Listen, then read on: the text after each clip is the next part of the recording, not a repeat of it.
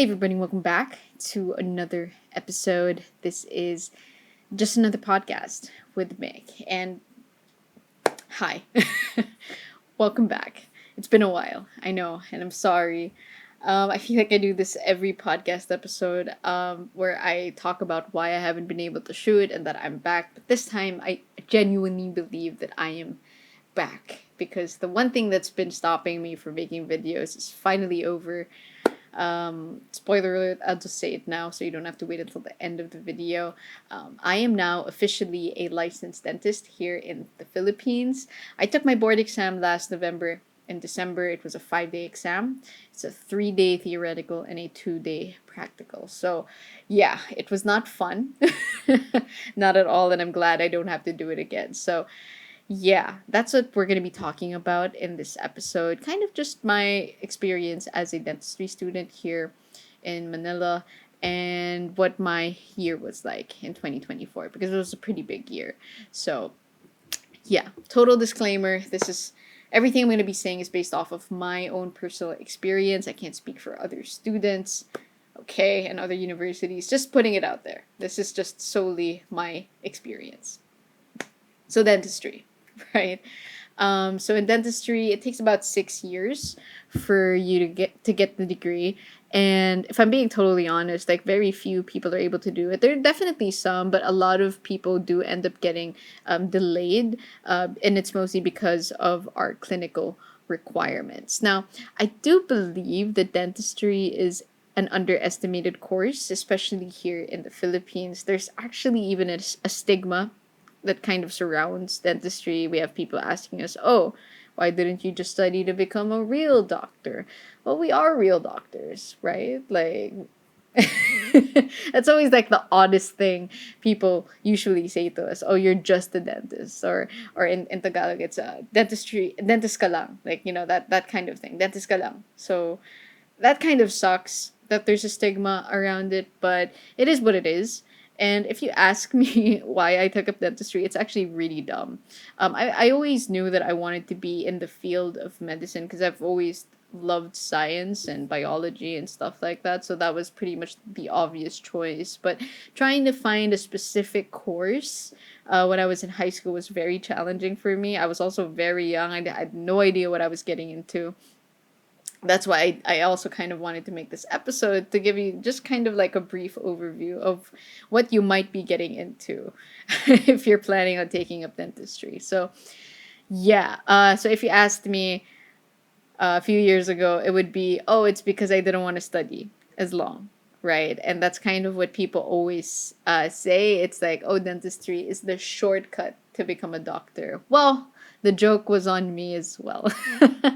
It can take very, very long to get your degree and to earn that DMD, right? Or DDM. I think in the US it's DDS, but here it's DMD or DDM. So, yeah, it was rough. So it took me a little longer than 6 years, given my clinical requirements. I also migrated for a bit to the US, and of course, as we all remember, the worldwide pandemic. But just all of that aside, it was really the clinical requirements that got to me. So just to give you a brief overview of what dentistry looks like here. So first 4 years. First 4 years is just a lot of studying. So you have your basic medical and your basic dental subjects, and then your fifth and sixth year will involve more in-depth dental subjects like oral surgery, endodontics, periodontics, pediatric dentistry, stuff like that. And then of course you have your clinical requirements. So we have 4 clinic levels, and you have about 40 to 60 requirements, something like that, per clinic level. Some have more, some have less. But yeah, and showing up to do the work was never the issue for me. It was always trying to find a patient because of all those patients, we had to look for them ourselves. And that was the hardest part. That's why I always say, like, in dentistry, you don't even necessarily have to be book smart because just as long as you study, put in the work, you will get results. But in clinical dentistry, where we had to find our own patients, had to get it approved, had to maintain the patient, it was just it was just so hard. this is where it kind of gets tricky because people outside of the field really have no idea how challenging it can get. Not to say that dentistry is harder than other courses. I believe that all courses have their own hardships, but specifically, well, because I experienced dentistry, right? So, like, just this specifically, explaining it to other people why I was so delayed, they never really understood it. So basically, like, we would have to find our own patients, like, and some cases can get very, very specific, and then we'd have to get them approved at the oral diagnosis section at school. Sometimes your work won't get approved, sometimes your case won't get approved, sometimes your patient just decides to leave you in the middle of treatment, and then you're just stuck there feeling lost and empty, and now you don't know what to do because you have to start all over, and it's the end of the sem, and then you have to do it again next sem, because and now you're just even more delayed, and it's just, oh, oh my gosh, the flashbacks are coming. It was just, clinical dentistry was just so challenging. It wasn't even about showing up. It was just, that's why I always say you have to be mentally and spiritually and emotionally strong, because you will just get beaten down so many times, because it's not about showing up. You can show up and nothing will happen that day. You can try to do the work, you can do your best, but then at the end of the day, it's moot. It's like literally pointless, and then you just have to keep trying the next day. So that's why I realized, like, in these past few years, I wasn't as strong as I thought I was.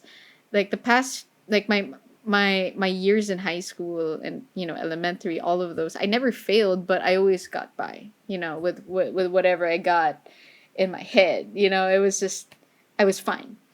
And in my first 4 years of dentistry, I was also fine. I was struggling a little bit because obviously college is a lot harder.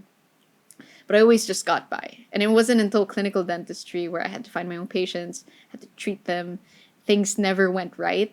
That's where I kind of just like crumbled, and I kind of lost myself. That's actually one of the reasons why I started making videos, was I needed a creative outlet. I needed to do something for me.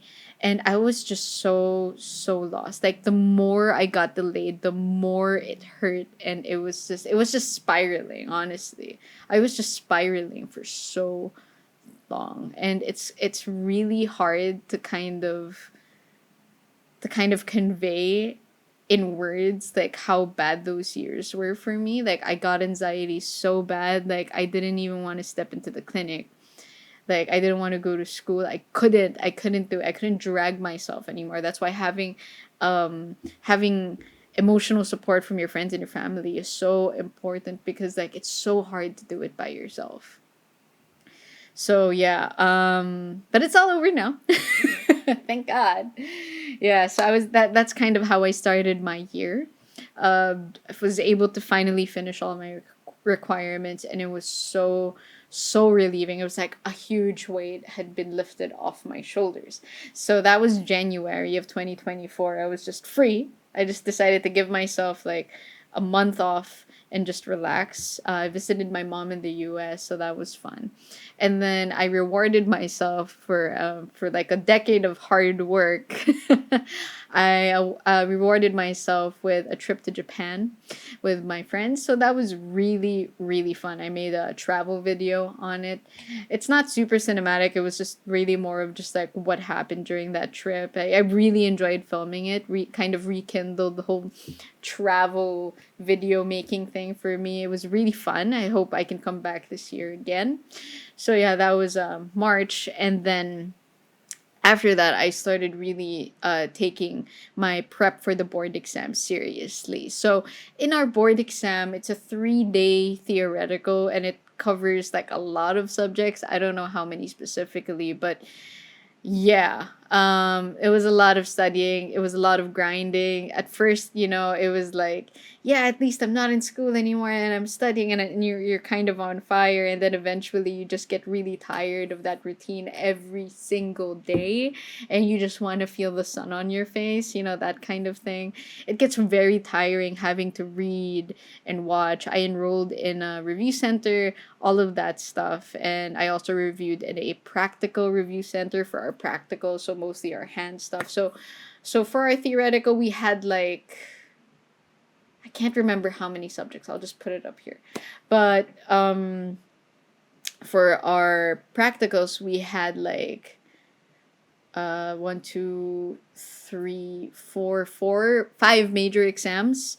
And that went on for 2 days. So while we were studying for our theoretical, we were also practicing our for our practical exams. So it was a mix of finding time for both while also trying to function as a normal human being and, touching grass every now and then.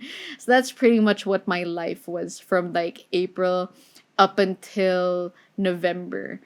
Yeah, so it was a lot of just studying and forcing myself to keep reading. And I remember like there was a time last year where I really wanted to make videos, and I did. I tried shooting like 3, and all of them were just failing so badly because I was trying so hard to do it, but then I was also stressing about school. Sorry, not school, my review. And then, I was kind of half-assing both things that I didn't do well in either. So I felt like I was neglecting my studies, and then I felt like I wasn't doing well enough in the video. So I just kind of decided that, okay, I'm not gonna make videos this year.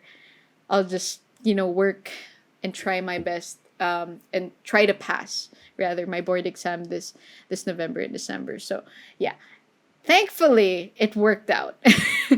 I remember during the 3 days of my board exam, I had like an extreme migraine. Like the entire time, I was like, like rationalizing all of my answers. I was like gripping my head because my migraine was so bad. It lasted the entire exam period, and 2 weeks before my practical exam, I cut my finger with a hot cutter, like because we heat up the cutter and to melt the wax, and I accidentally cut my finger really really badly. I probably needed stitches, but I felt like I didn't have the time to go to the hospital to get it stitched up. Luckily, I already had a tetanus shot, and I felt like the blade was okay. It wasn't near any soil or anything, so probably didn't have tetanus. But yeah, I just cleaned it as best as I could. I was like shaking like that. It was horrible. And then I just kind of bandaged it up as best as I could. It's still painful, kind of scary, but it kind of healed already. The flap is kind of attached, so I'm happy with that. So I kind of took the board exam like this. Yeah, my finger was just erect like that. So, I just had to give myself an additional challenge. So yeah, and luckily I did pass the board exam, and the practicals went by smoother than I was expecting. My complete denture was a little bit of a mess though, but yeah, so that's pretty much how my year ended. December, I found out that I had passed the board exam, and it was a really, really, surreal moment, and just a lot of screaming, and just I was just so thankful that it was over. So yeah, now it's just more like, what do I do now? For like a week or two, I was just kind of lost. I didn't know what to do. I would wake up and there was no more timer, in my head. Like back then for board prep, I would literally wake up and I'd be like, oh, I only have 23 days left. Okay, it's like 8 a.m. I have 12 hours to study. It was finally gone. My head was quiet, and it was kind of scary. I had no purpose. No purpose whatsoever. But yeah, it was an interesting experience. I'm so blessed to have passed on my first take, and now I'm just kind of looking for work and seeing where that takes me. So yeah, and now I'm happy to be free-ish again, and I'm happy that I can start making videos again. So yeah, I think that's pretty much that for this video. That's pretty much all I did last year. Studied, and I passed the board exam, and I graduated. Yeah. So that was fun. Yeah, so that's pretty much that for this video. Hopefully you guys enjoyed it. More videos to come. Comment down below what you might want to see from this channel now that I'm back. So yeah, I'll see you guys in the next one.